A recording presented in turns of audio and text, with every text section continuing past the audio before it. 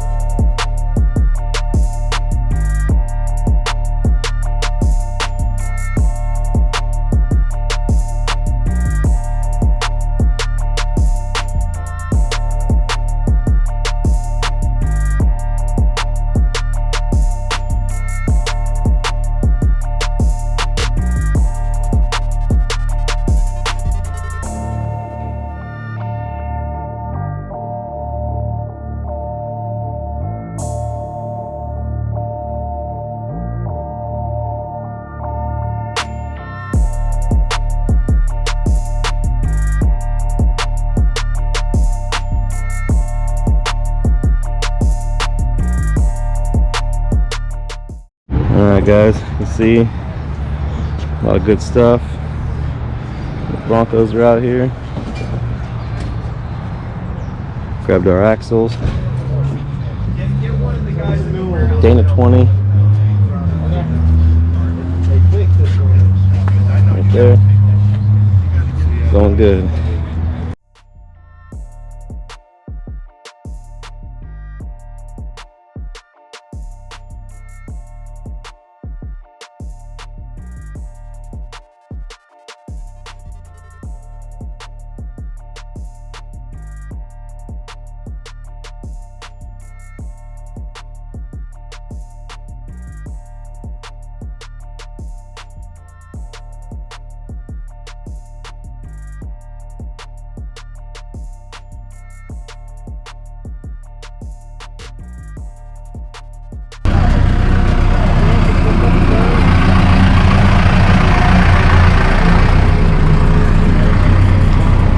Got our axles, transfer case, steering box. I'm grabbing it right now. I gotta figure out how we're gonna get it on the, we're gonna snake it through all these Broncos. Actually, hopefully on the front of the trailer, just in case you grabbed out of their frame. Alright, I'm gonna go unlock these boxes.